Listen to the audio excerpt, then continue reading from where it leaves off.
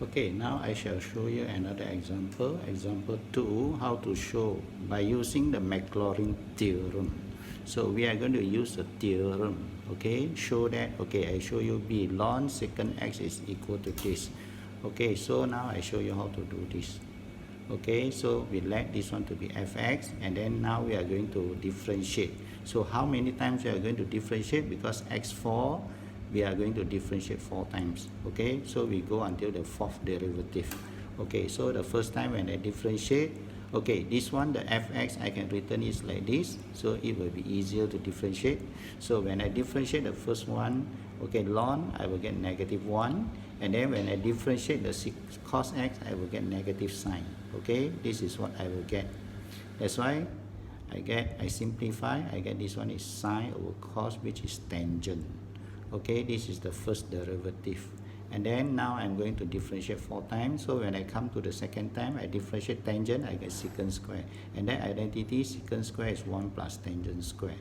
Okay, so in this case, if you want to differentiate the, okay, you can differentiate some more, or you can write it like this. This is f double prime x, so this is 1 plus tangent x is f prime x square. Okay, so you write it like this, easier. After substitute also easier. Okay, now we are going to the third derivative. So when I differentiate the third derivative, this is 0, so these 2 I bring it down, f prime x 1, and then when I differentiate the f prime, I get f double prime. Okay, the second derivative I differentiate here. Okay, so you see, so if like this, after that I have this. Okay, look at it, 0, forget about it, and then the f double prime, you can change it like this. Okay, using number 2. This is from number 2 here. Okay, so it's easier if you change like this, so that you have like this. So after, when you want to go to for the fourth derivative, this one you just differentiate this is easier rather than you compare with this, because you have 2 terms, then you have to take turns to differentiate. So this is easier. Okay, now this is the third derivative. Now we go to the fourth derivative. Okay, so this will be easier rather than this one. Okay, now we go to the fourth derivative. So when I differentiate this, you see easier. This is 2, first derivative becomes second. Then here when I differentiate, I have 3, I bring it down, become 2 times 3 is 6, then f prime x, first derivative, 3 becomes 2, and then I differentiate this, the first derivative again, I get the second derivative. So this is what I will get. Okay, I just simplify it, and here actually if you want, you still can substitute this one and this one from here, but don't need, because we are going to do only until the fourth derivative. We are not going to differentiate anymore, so just leave it like this, so just to save our time. Okay, now after that we are going to use our theorem. We are going to apply everything inside.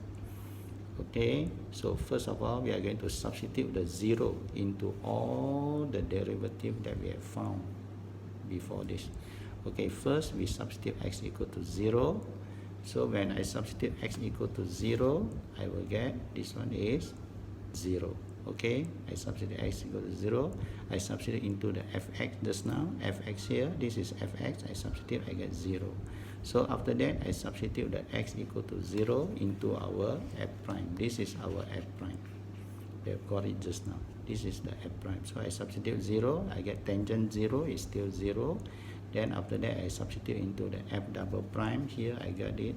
Okay, it's in the box here. So this is 0. So 1 plus 0 is 1. So this one you get 1. Okay, after that we substitute into our f3, third derivative. So we substitute here. That means you get this is 0. We substitute 0. Then here also 0. The first derivative is 0, so you get 0. Okay, then after that we go to the last one. You can refer back. Okay, just now what is our f4? Okay, you see, you put 0 here, then f double prime is 1. F double prime is 1, but this one is 0, so you get 1. Okay, so we are going to put all those values into our theorem. So your fx according to the theorem is this one. okay, then we are going to put in all the value, the first, second, third and fourth derivative. So you get all this. So once we substitute, and then finally you will get this, and this is the Maclaurin series for ln secant x. Okay.